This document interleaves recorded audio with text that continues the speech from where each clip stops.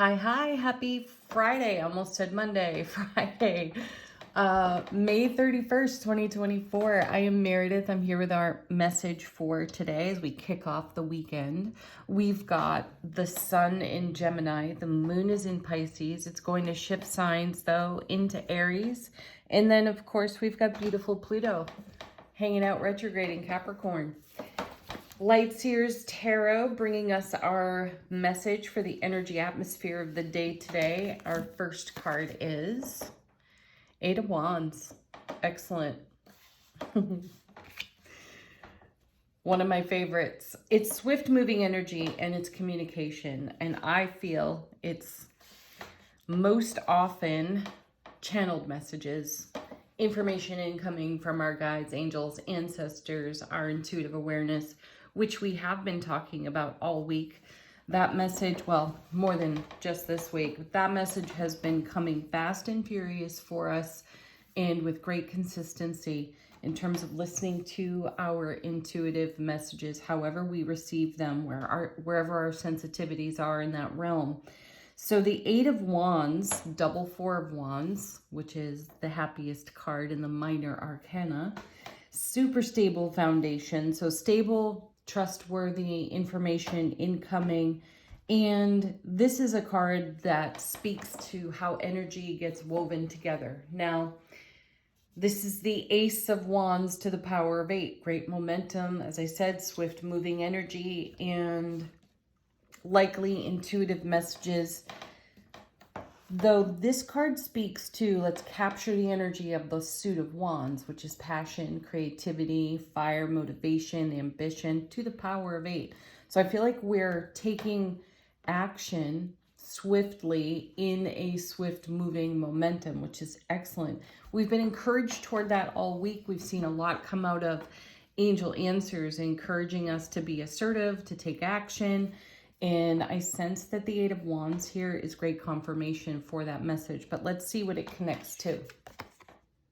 Seriously, there she is, High Priestess. What did I just say?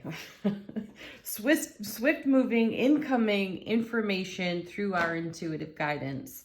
And, you know, just take a look at the artwork for a moment. We've got the wands in flight. We have this beautiful flow of energy coming to the High Priestess. So intuitive dial turned way up, worthy of listening to. I know I've said it probably 100 times in the past 2 weeks. And this sort of happens every now and then with the tarot cards. They lock on to an energy and they continue to bring the message until we use it, right? Until the energy theme shifts or moves or changes.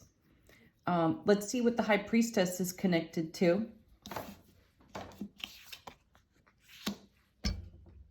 For real, honestly. Hello, Scorpio. There's the Death card again. This happens so often with the tarot cards, for me anyway. When the High Priestess shows up or the Death card shows up, one or the other is not too far away.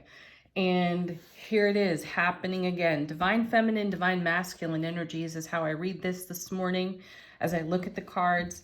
So the Death card brings transformation, simultaneous endings and beginnings. Now, I feel that I speak for many when I say this. A lot of growth and change has been taking place for us within our spiritual journey. And my nearest and dearest besties, friends, family even, I hear so much right now about their journey of ascension in their spiritual experience. The way that they're sharing with me on how they're growing, how they're examining brand new concepts or even old concepts that were previously dismissed. I feel like this is all coming up for each of us in unique ways that attract our attention so that we can invest our energy in what is serving us. Now, when you see the High Priestess and the Death card show up together, the High Priestess is showing us something of great value. and showing us what could be a potential obstacle on our foundation, our super happy foundation here with the Eight of Wands, making it a double Four of Wands, right? So we're in transformation for creating great happiness, adding to our legacy of happiness, which we've seen earlier in the week with the Ten of Pentacles. And, you know, we've moved and flowed with a significant amount of change this week. We've seen the fives show up quite a bit, quite consistently. And my sense here with this Eight of Wands is we have used that energy wisely. We have been listening to our intuition. We have been making decisions and choices based on transformation that leads to even greater happiness. Hello, Eight of Wands yet again, right? So let's see what the High Priestess and the Death card and the Eight of Wands are leaning into. The Empress. Fabulous major arcana right here in the center of the reading with these three cards. So the Empress, Mother of Tarot, the Divine Mother of Tarot, all four queens rolled into one wonderful being. And there she is about to give birth to a whole new world of experience, which is what we're up to, which is why we're doing the transformative work here, which is why we are deeply vested in our intuitive messages, because we have accepted and allowed that our intuition has a much greater call than the ego. Again, something we've talked about all week long. And what the fives were getting after was to be attentive to, awake, aware, and alert with whatever the ego is serving up, and to receive that with unconditional loving kindness and compassion for ourselves, so that we can allow the transformation to take place gracefully through the Death card. And these four cards really herald success for us. How exciting. So good job. Keep doing what you're doing because it's working. That's the message from the Eight of Pentacles. I'd like to turn that card over here as well.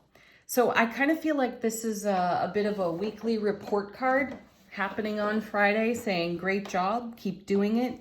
More intuition incoming. And the message too feels like many of us have finally turned a corner with our intuitive gifts and leaned very deeply into trusting the messages and taking action on those intuitive messages as we give birth to a whole new way of being in presence within self-relationship and finding sovereignty in our soulful presence, acknowledging the ego and not going off the dramatic deep end with whatever the ego dishes up.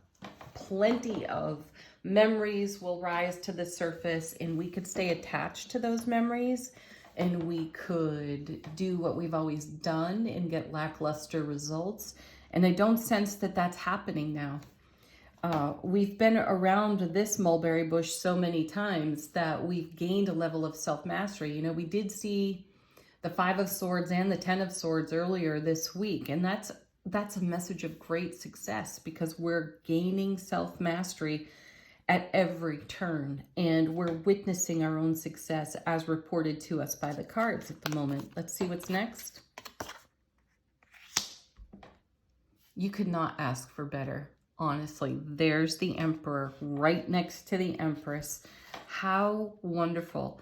So we've got Divine Feminine, Divine Masculine here in the High Priestess and the Death card. And then we have Divine Feminine, Divine Masculine in the Mother and Father of Tarot, the Empress and the Emperor showing up. So we've got all four queens and all four kings rolled into these two characters. They are the top of tarot. And this is an indication of the harmony within our self-relationship, what I was just talking about moments ago. There is an awareness, Death card, of the ego in the deep programming that set us on a course that brought us to right where we are right now. Lots of gratitude for that.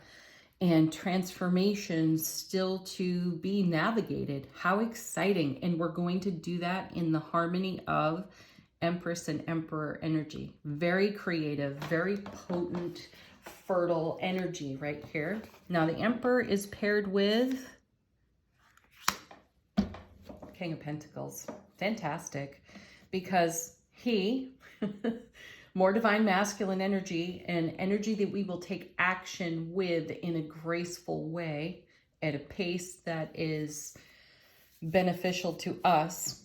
He's the master of investing in the now and the oncoming. He has great recognition for everything that happens now contributes to the ripple effect within our sphere of influence. So he has his eye on the Ace of Pentacles, which is yet another gateway card. And it's loaded with opportunity, great love. So we're proceeding with great love within self-relationship, in our personal sovereignty, making transformation everywhere we go, and weaving the fabric of now into the fulfillment, not only of now, but the oncoming as well. How beautiful a message is that? Congratulations. I think I've said that like 3 times this week. So congrats 4 times to all of you who have been in this very transformative theme of energy and making the most of it. Bottom of the deck, what we're not exactly aware of and how the universe is supporting us behind the scenes, we have the 6 of Cups. Very sweet card. And, you know, it's called the soulmate card in tarot. And it does speak to some level of nostalgia, which we were just talking about. And I see this as yet another channeling card, because I feel as if the soulful presence is delivering an emotionally fulfilling message to our waking human consciousness. And there's great transformation too. For the soulful presence to inform the waking consciousness, a transformation has had to take place so that we can be clear enough to ascertain what that message is. So we have the High Priestess, the 8 of Wands, and the 6 of Cups all showing in the reading, and each one of them is connected in some way to how we receive intuitive messages. So keep your heart, mind, coherence, awake, aware, and alert for all the messages, signs, symbols, synchronicities, and serendipities that are awaiting you as you step into the day. Ace of Swords, another beauty. Oh, wow. Everlasting strength, brilliant clarity. And again, take a look at this artwork. We've got brilliant clarity in heart-mind coherence here on this particular ace. So our everlasting strength lies in the transformation that we are creating for ourselves in the now by staying highly tuned to our very clear, super accurate, authentic, and trustworthy intuitive messages. Wow, look at that. Because the 9 of Cups. There's always an exalted energy on this card. Every time I turn it over, I just feel a pure, raw surge of joy and yes, and thank you. Because this is a great card of fulfillment. This is where our dreams come true. This is where we begin to witness the evidence of the investment, King of Pentacles, that we have made in our now moment. And these cups represent our oncoming. Like, this is an expression of joy here. All of these beautiful cups. I love the body posture on this particular 9 of Cups as well, because it's so free, so wild, and inspired. Excellent. This is what your intuition gets you. And then we have the 3 of Pentacles. See, weaving our legacy of happiness. There's actual weaving going on in this card. And that's what's happening over here with this 8 of Wands too. It's how energy comes together and is woven into the fulfillment of our dreams, creating a super stable foundation. Again, 8 of Wands.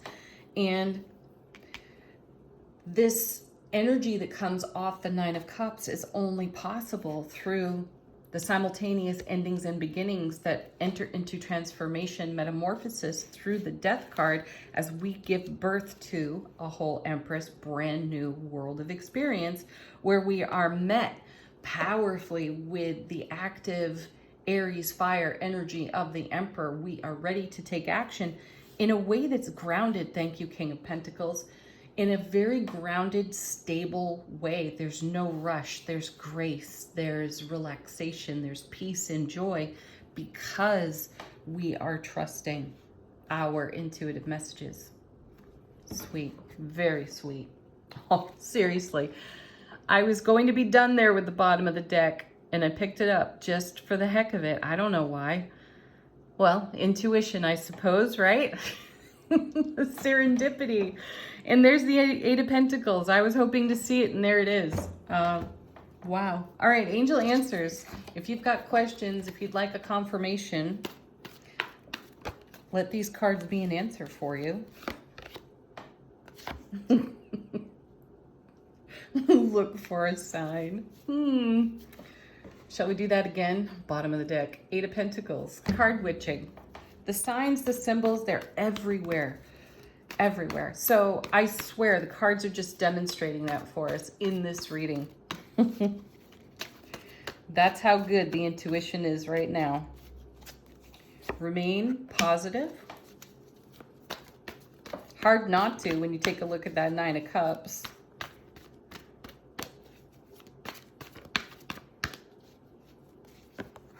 Perfect timing. Divine timing. No clock, no calendar. I was just speaking with a friend on that topic yesterday. I was telling her that I have way less of a focus on a clock or a calendar any longer, and I don't exactly know how I got there. I like how it feels though, and yielding to divine timing, yielding to the grace of allowing is sometimes pretty messy business, but it's exciting and it's an adventure all its own. So when you take your eye off time or measured time, it's pretty amazing how you can embrace allowing. All right. One more card. Oh. Get more information. I feel like this is confirmation to the intuition cards. We have more information coming and we just have to, here's that word again, allow for it to present itself, reveal itself. So being awake, aware, alert, and relaxed at the same time.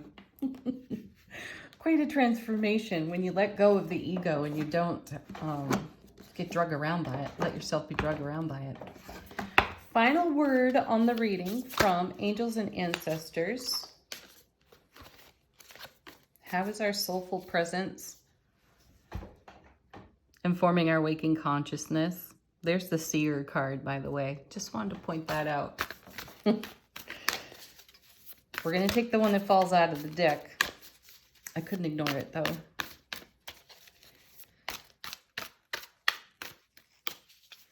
How is our soulful presence informing our waking consciousness? Okay, falling out, we've got Spirit Fox.